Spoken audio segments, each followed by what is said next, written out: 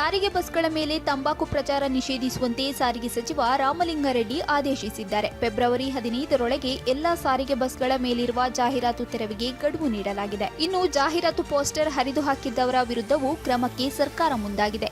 Poster ಹರಿದವರ ವಿರುದ್ಧ ದೂರು ನೀಡಿ ಎಫ್ಐಆರ್ ದಾಖಲಿಸುವಂತೆ ಎಲ್ಲಾ ಡಿಪೋ ಮ್ಯಾನೇಜರ್ಗಳಿಗೂ ಕೆಎಸ್ಆರ್ಟಿಸಿ ಎಂಡಿ ಸೂಚನೆ ಕೊಟ್ಟಿದ್ದಾರೆ.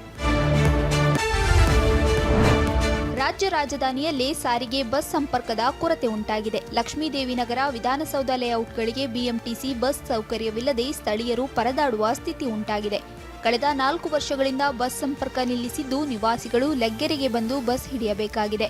ವಯಸ್ಸಾದವರು, ವಿದ್ಯಾರ್ಥಿಗಳಿಗೆ ತೊಂದರೆಯಾಗುತ್ತಿದ್ದು ಬಸ್ ಸಂಪರ್ಕ ಕಲ್ಪಿಸುವಂತೆ ಆಗ್ರಹ ಹೆಚ್ಚಾಗಿದೆ.